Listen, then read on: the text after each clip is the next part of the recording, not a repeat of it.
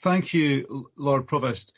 Personally, I believe if the Council's serious about making some of these schemes permanent, I think the starting point has to be to acknowledge that the implementation to date could have been better. We heard about some of the problems faced by people with disabilities this morning. I live just off Comiston Road, where there's ongoing delays to public transport. At the heart of all the problems I've seen with spaces for people is really the failures around consultation, and that's left people, I believe, feeling alienated.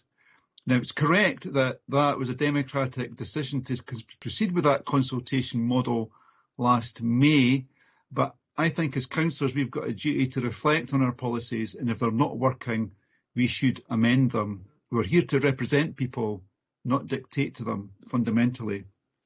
But it's our duty as councillors not to widen the polarisation of that debate. And we also have to acknowledge that there is a spectrum of views on these schemes and their future. It's too easy just to quote the residents who contact us who we agree with, but we have to acknowledge sometimes we get views from people who we don't agree with, and we've got a duty to represent all of them. I feel that Councillor Webber's motion is simply designed to widen that debate, widen that polarisation of the debate, both in terms of its tone and also fundamentally its desire to delay the whole process. Personally, I encouraged people to respond to the consultation on making the schemes permanent, and I know other councillors did too as well, and so did some of the deputations this morning. They did the same.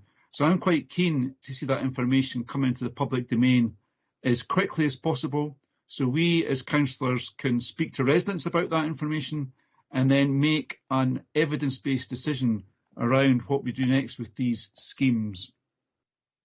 And so, but I'd like to thank Councillor Webber because she has stimulated a conversation around this consultation where we have acknowledged the weaknesses, I believe, and it has given the opportunity for the composite motion to come forward, which I think will aid certainly us as councillors and the public as well interpreting the output of that consultation.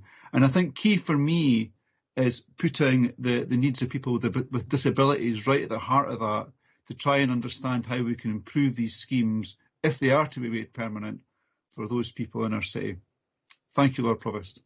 Thank you, Councillor Arthur. Councillor Doran.